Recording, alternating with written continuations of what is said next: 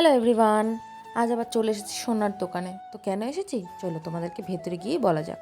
তো এই দেখো ভেতরে চলে এসেছি, আর কি সুন্দর সুন্দর চোকারের ডিজাইন আমার তো খুব পছন্দ হয়ে গেছে, তার মধ্যে থেকে দুটো। তো দেখি কোনটা নেওয়া যেতে পারে।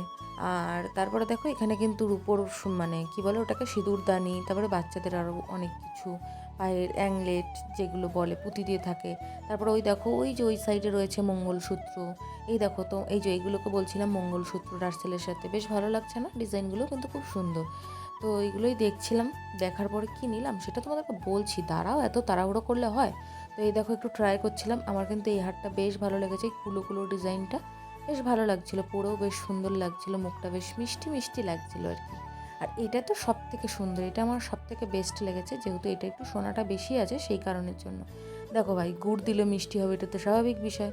তো সেই কারণেই জিনিসপত্র কিনে কেলটুদার দোকান থেকে এগরোল কিনে বাড়ি চলে এলাম। তো খেতে খেতে মনে পড়েছে যা ভিডিও তো করিনি, তারপরে একটু ভিডিও করে নিলাম, তোমাদেরকে বলছিলাম খাবে কিনা। আর এই সেই বাক্স, চলো কি কিনেছি তোমাদেরকে দেখাই। তো চলো দেখানো যাক, দেখাবো দেখাবো। এই দেখো খুলে ফেলছি কিন্তু, এই দেখো খুলেও ফেললাম। চলো তোমাদেরকে দেখাই যে কি কেনা হয়েছে।